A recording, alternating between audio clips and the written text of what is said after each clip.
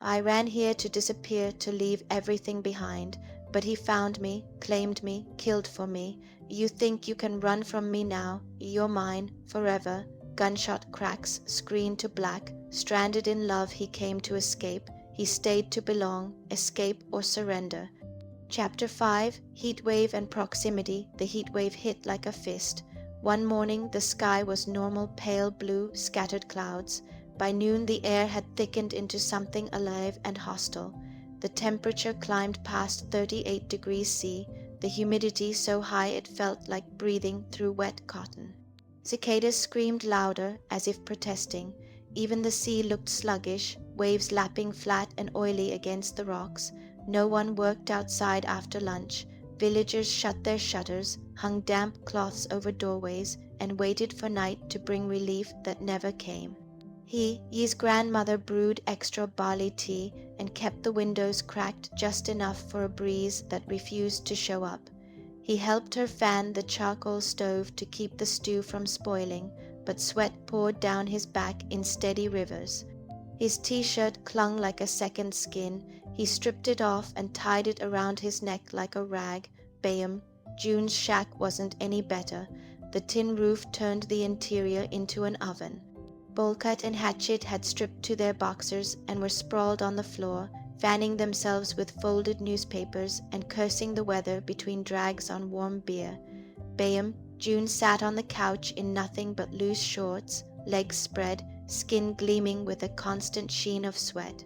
Tattoos looked darker against the flush of heat on his chest. He didn't complain. He just watched Yi move through the room carrying buckets of water from the well, wiping down sticky surfaces with that same unreadable stare.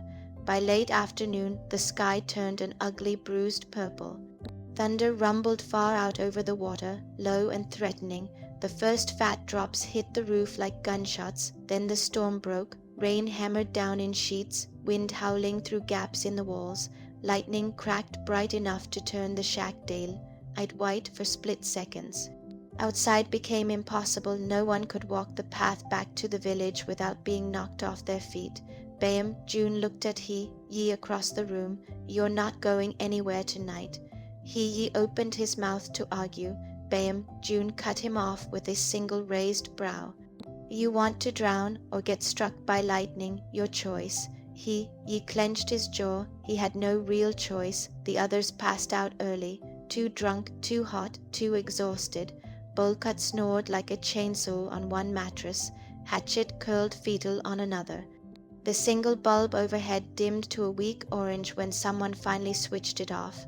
Bayam, June jerked his head toward the small back room, a storage space barely big enough for a narrow futon and a few crates. Yi went. The room was stifling. One small window shuttered against the storm, no fan, just the relentless drum of rain on metal and the occasional flash of lightning that painted everything bone white. Bayam, June followed him in, kicked the door shut. He didn't bother with a shirt. He hadn't worn one all day.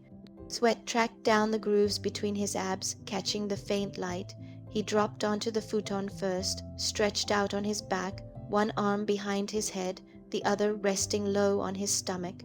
The thin fabric of his shorts did nothing to hide the heavy outline of him. He stood awkwardly near the crates, still in his soaked t-shirt and thin cotton shorts that had ridden up his thighs from hours of movement.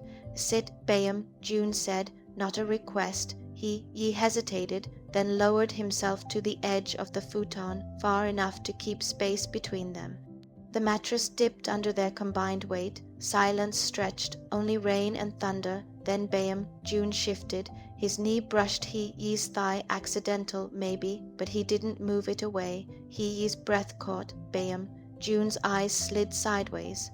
Lingered on the way Yi's shorts clung to him, damp and translucent in places, on the line of sweat running down his neck, on the way his chest rose and fell too fast. You're shaking, Bayam, June murmured. It's cold. Yi lied. Bayam, June laughed once, low in his throat.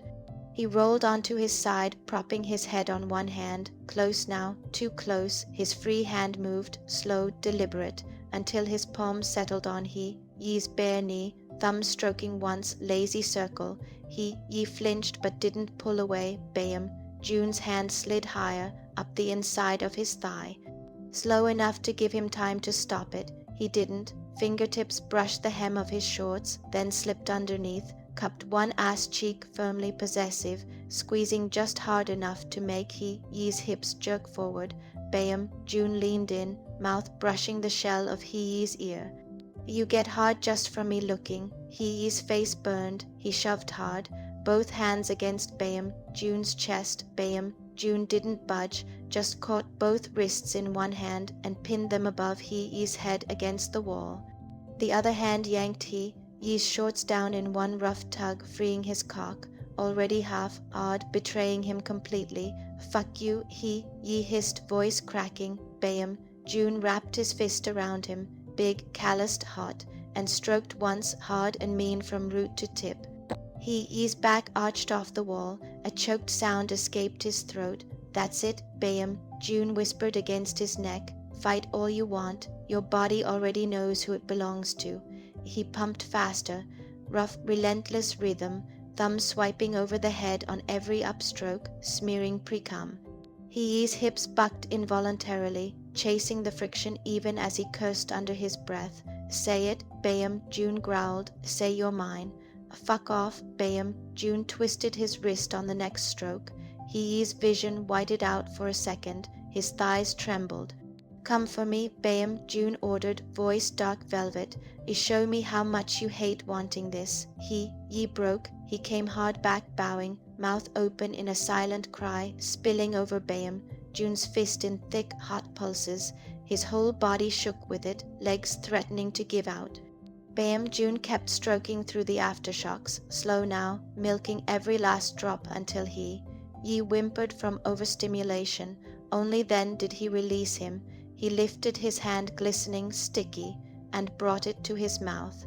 Licked his fingers clean, one by one, eyes never leaving ye's flushed face. Ye stared, chest heaving, hating the way his spent cock twitched at the sight. Bam! June smirked, slow, satisfied, dangerous. That's just the start.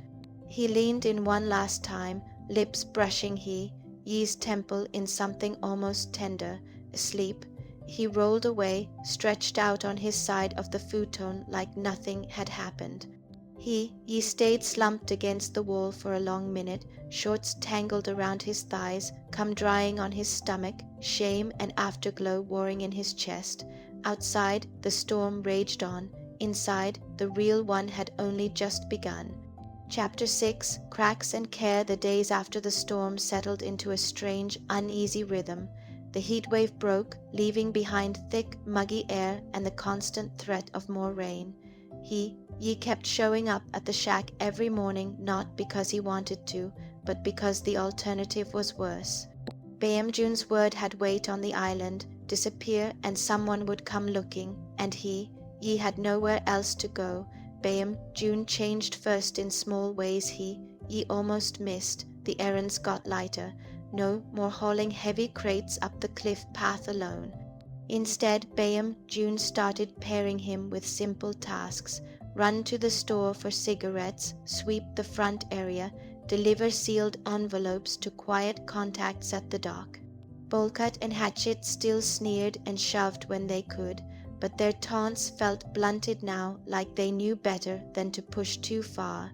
Then came the walks home.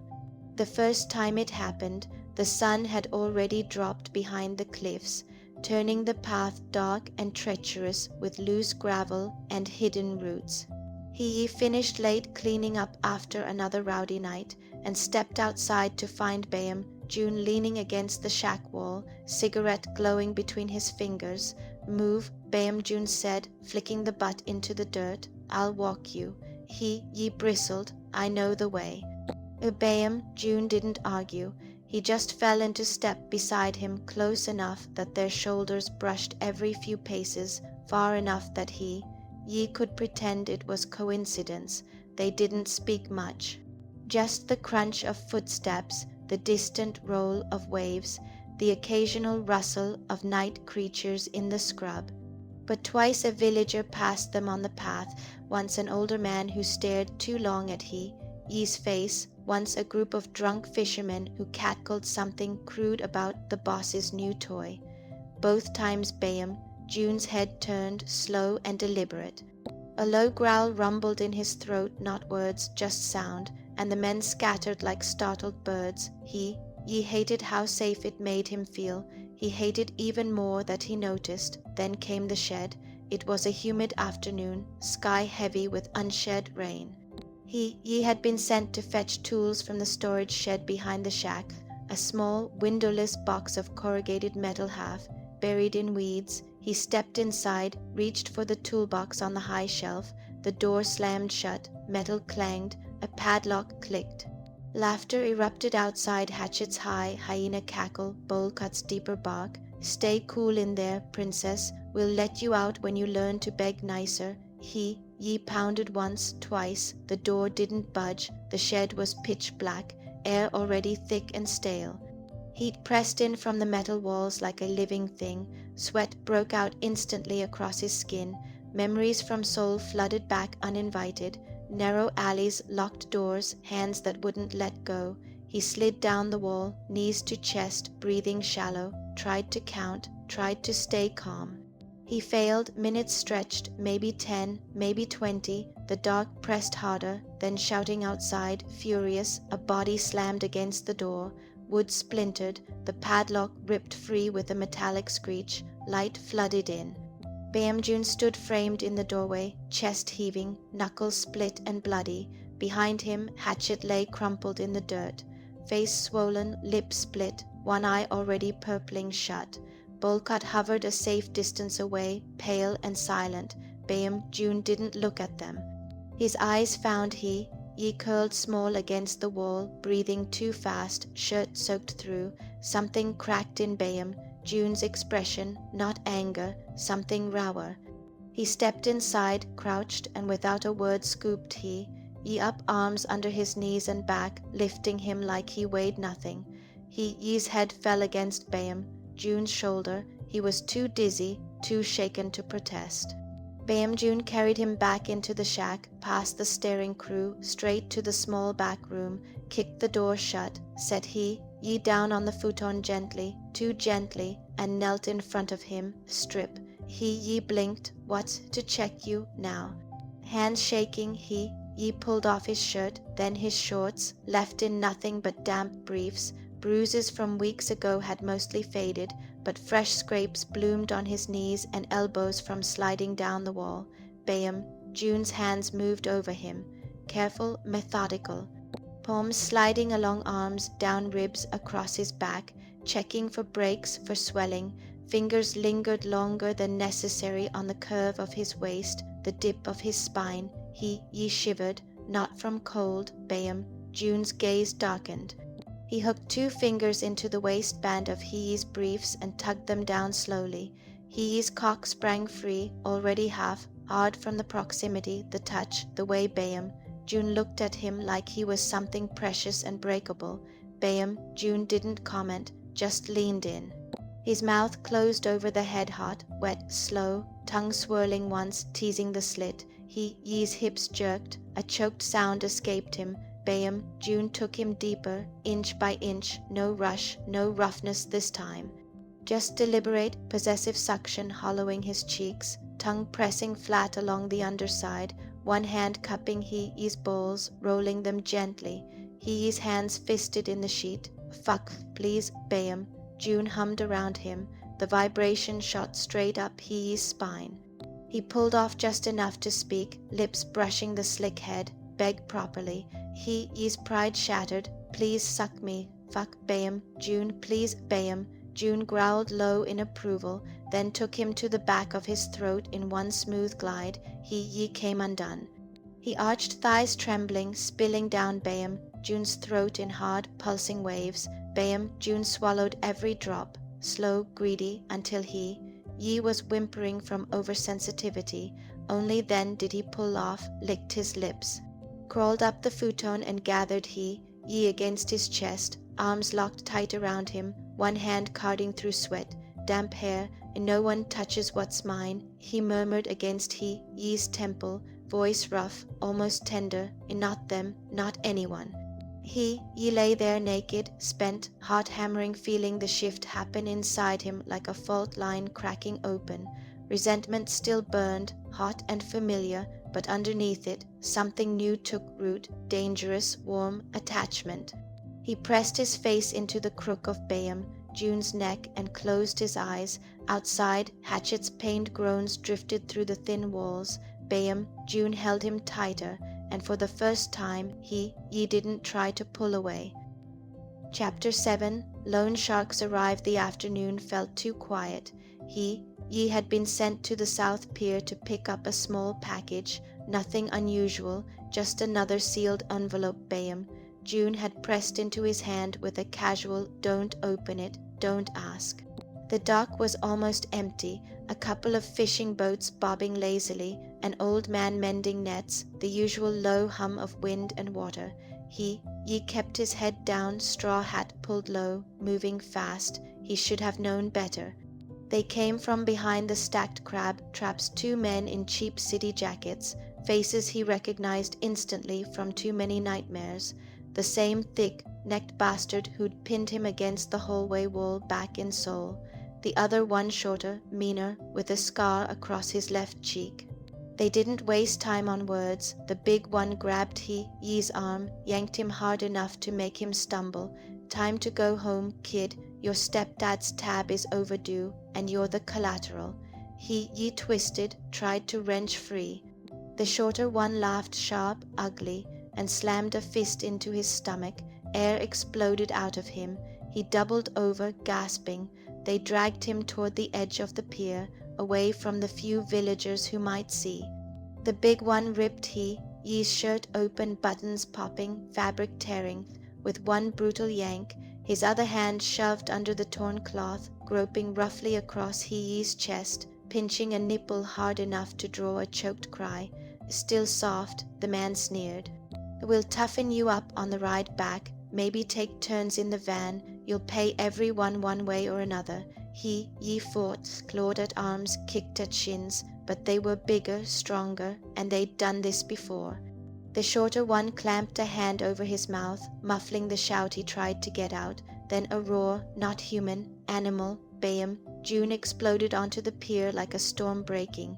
Bolcut and Hatchet were right behind him, faces twisted, fists already up. But Bayam, June moved fastest. He didn't slow, didn't hesitate. He tackled the big loan shark first, shoulder to gut, driving him backward into the crab traps. Wood splintered. The man hit the planks hard. Bayam, June was on him in a heartbeat, knee on his chest, fist smashing down once, twice, blood spraying from a broken nose. Hatchet went for the shorter one, knife flashing, slashing across an arm. Bolcut barreled in, tackling low. The shorter loan shark screamed, tried to run. Hatchet caught him by the collar, slammed him face, burst into a piling. Blood smeared the wood. Bayam, June didn't stop. The big one was still conscious, gurgling, trying to crawl away. Bayam, June yanked a short blade from his boot, the same one he sometimes used to cut rope. He knelt, grabbed a fistful of hair, jerked the man's head back. "Look at me," he said, voice flat, calm. The loan shark's eyes widened, terror finally cutting through the pain. Bayam, June pressed the knife to his throat. One clean, practiced motion, blade sliding in deep across the carotid. Blood fountained hot and dark, soaking Bayam, June's hand, his shorts, the pier planks. The man gurgled once, twitched, then went still. Silence fell, broken only by the shorter one's panicked whimpering. Bayam, June stood. Blood dripped from his fingers. He turned to the survivor. "Run," he said quietly. The man scrambled backward, slipping in his partner's blood, then bolted, half crawling, half running toward the far end of the pier. He disappeared into the scrub without looking back. Bayam, June exhaled once. Then his eyes found Ye was on his knees, shirt hanging in rags, chest heaving, blood on his lip from where he'd bitten it, trying not to scream. Bruises already forming where hands had gripped too hard. Bayam, June crossed the pier in 3 strides, dropped to one knee. Cupped Ye's face with blood, smeared hands gentle, impossibly gentle. "You okay?" Ye nodded, couldn't speak, Bayam June gathered him up, arms under knees and back again, and carried him away from the body, away from the blood, back toward the shack. Inside the hideout, the others stayed out of the way, silent, awed, knowing better than to speak. Bayam June kicked open the back room door, set Yi on the futon, then he moved, methodical, almost tender, stripping what remained of Yi's clothes, shirt torn away completely, shorts peeled off. Briefs last, Yi shivered naked, exposed, adrenaline still crashing through him. Bayam June disappeared for a moment, returned with a basin of water, a clean cloth. He knelt between Yi's legs and began to wash him slow strokes across his chest, down his arms, wiping away the stranger's touch, the blood that had splattered from the kill. Every touch lingered, possessive, claiming. When the cloth reached lower, brushing over Yi's cock, already hardening from the adrenaline and the care, Bayam June's breath hitched. He dropped the cloth, pushed Yi flat onto the floor, rough planks cool against his back, no words, just need. Bayam June shoved his own shorts down. His cock sprang free, heavy, thick, already leaking. He spat into his palm, slicked himself roughly, then hooked Yi's legs over his shoulders, one hard thrust, raw, no prep beyond spit, and he was inside. Yi cried out, pain sharp and bright, pleasure chasing right behind it.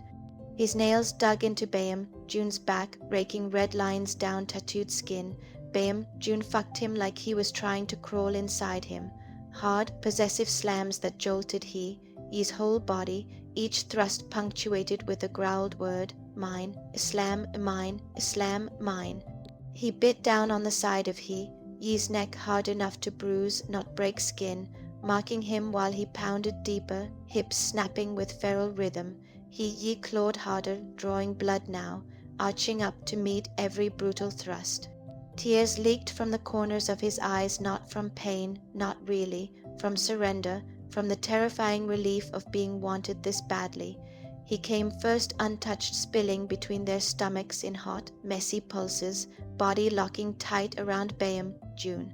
Bayam June groaned, low, broken, and followed, buried himself to the hilt and came inside deep, claiming pulses that left Yi trembling, full, marked. They stayed like that, locked together, breathing ragged, until Bayam June finally pulled out slowly. Cum leaked out, slick and warm, pooling on the floor beneath Yi. Bayam June gathered him close, arms wrapping around him, face buried in sweat, damp hair, quiet, almost reverent. I won't let them take you, he murmured against Yi's temple, and never again. Yi pressed his face into Bayam June's neck, felt the steady thud of his heart, and for the first time since he'd fled soul, the fear didn't come back. It just dissolved, in its place something heavier, something permanent. He closed his eyes and let himself be held. Chapter 8, Rival War and Deeper Claim. The body on the pier changed everything. Word spread fast on an island this small. By morning the next day, the villagers whispered about the blood still staining the planks, about the city man who'd bled out under Bayam June's knife, about the boss who'd finally shown teeth. Most kept their distance, some nodded in quiet respect. A few, those who'd always resented Bayam June's quiet rule, saw opportunity. The rival crew came from the neighboring islet 3 miles across the strait. They called themselves the Black Tide, older, meaner, better armed, with connections to mainland smugglers who moved meth and guns instead of just soju and cigarettes. They'd tolerated Bayam June's crew for years because he kept things small, local, non-competitive. But a dead loan shark and a rumor that Bayam June was protecting a runaway debtor with city ties that looked like weakness, and weakness invited teeth. The first raid came at dusk 2 nights later. They hit the boathouse where Bayam June stored extra stock, cigarettes, liquor, the occasional bundle of cash from side deals, for men in dark hoodies, faces masked with fishing scarves. They moved quiet at first, smashing padlocks, loading crates onto a waiting skiff. Bolkat spotted them first. He screamed an alarm that echoed across the water. Bayam June was already moving, knife in hand, shirtless in the cooling night air, Hatchet and the rest followed. Yi, who'd been sweeping the shack porch, froze at the sound of shattering glass and shouts. Then the gunfire started. Not many shots, just warning pops from a cheap pistol, but enough to turn the night chaotic. Yi dropped the broom and ran toward the boathouse path without thinking. Bayam, June had told him to stay inside. He didn't listen. He reached the clearing just as one of the raiders broke away from the fight and sprinted straight toward him. Knife glinting, eyes wild behind the mask. Yi stumbled back, tripped on a root, fell hard. The raider raised the blade. Bayam, June appeared like a shadow detaching from the trees. He tackled the man mid-lunge. They crashed to the ground in a tangle of limbs. The knife flashed once, twice. Bayam, June grunted, a low, pained sound. Blood bloomed dark across his side. He drove his own blade up under the raider's ribs. Once, deep, the man convulsed once and went limp. Bayam June rolled off him, hand clamped to his bleeding side. He looked up, eyes finding Yi first, relief flashing raw across his face, then collapsed to one knee. The rest of the raiders scattered when they saw their man down and Bayam, June still standing. The skiff engine roared to life. They fled into the dark water. Silence fell, broken only by ragged breathing and the lap of waves. Yi crawled to Bayam, June on shaking knees. "You're bleeding." "I'm fine," Bayam, June rasped, but his hand came away slick and red. They got him back to the shack. Bollcut and Hatchet cleared the back room, brought the first aid kit, old fishing tackle box stuffed with gauze, antiseptic, needle and thread. Yi pushed them out, shut the door. Bayam, June sat on the floor, back against the wall, legs splayed, shirt gone. Blood smeared across his abs, soaking into the waistband of his shorts. The wound was shallow but long, a clean slice along his lower ribs. Yi knelt between his legs, hands trembling as he poured antiseptic over the cut. Bayam, June hissed through his teeth but didn't flinch. "You shielded me," Yi whispered, voice cracking. "You fucking idiot." Bayam, June's mouth curved, weak, bloody, "Couldn't let them touch you." Yi cleaned the wound with shaking fingers, poured more antiseptic, threaded the needle with fishing line, thick, black, the only thing they had. He stitched slow, careful. Every pull of thread made Bayam, June's abs flex. Every knot drew a low grunt. When the last stitch was tied, Yi sat back on his heels, looked at the man who'd killed for him, who'd bled for him. Gratitude hit like a wave, hot, overwhelming, turning into something darker, needier. He leaned in, pressed his mouth to Bayam, June's hard, desperate, tasting blood and salt and sweat. Bayam, June groaned into the kiss, grabbed Yi's hips, pulled him forward until Yi was straddling his lap. Clothes came off in frantic tugs, shorts shoved down, briefs ripped aside. Yi's cock was already hard, leaking against Bayam, June's stomach. Bayam, June spat into his palm, slicked himself roughly, then guided Yi down. He sank slowly, at first inch by inch, gasping at the stretch, the burn, the fullness. Bayam, June's hands gripped his hips hard enough to bruise, held him steady while Yi adjusted. Then Yi started to move, slow rolls at first, grinding down, feeling every thick inch drag inside him. Sweat beaded on their skin, blood from the wound smeared between them. Sticky, warm, primal. Yi's pace quickened, frantic, riding harder, faster, hips snapping, thighs trembling. Bayam, June thrust up to meet him, deep, punishing strokes that made Yi cry out. Bayam, June flipped them suddenly, careful of his side but ruthless in execution. Pinned Yi beneath him on the floorboards, hooked one of Yi's legs over his elbow, drove in deep, hard, relentless. One hand wrapped around Yi's throat, not tight enough to cut air, just enough to hold. To claim, thumb pressing under his jaw, forcing Yi's head back so their eyes locked. "Say it, Bayam," June growled, voice wrecked. "Say you're mine." Yi's vision blurred, tears, sweat, pleasure crashing over him. "I'm yours," louder. "I'm yours, fuck Bayam, June. I'm yours, Bayam." June slammed deeper, harder, choked him lightly on every downstroke. They came together raw, tangled, violent. Yi arched, spilling between them in hot pulses. Bayamjun buried himself to the hilt and flooded him deep, claiming spurts that left he.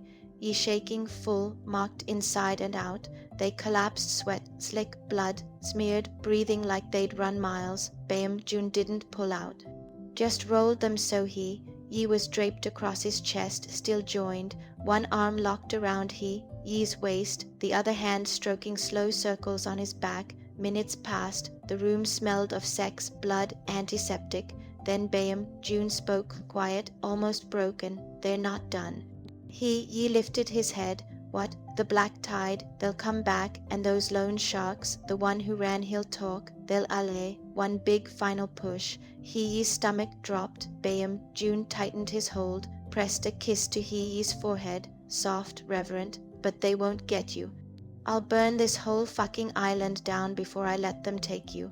Ye buried his face in Bayamjun's neck, felt the steady thump of his heart beneath the fresh stitches, and knew bone deep that he believed him. The war was coming, and they would face it together.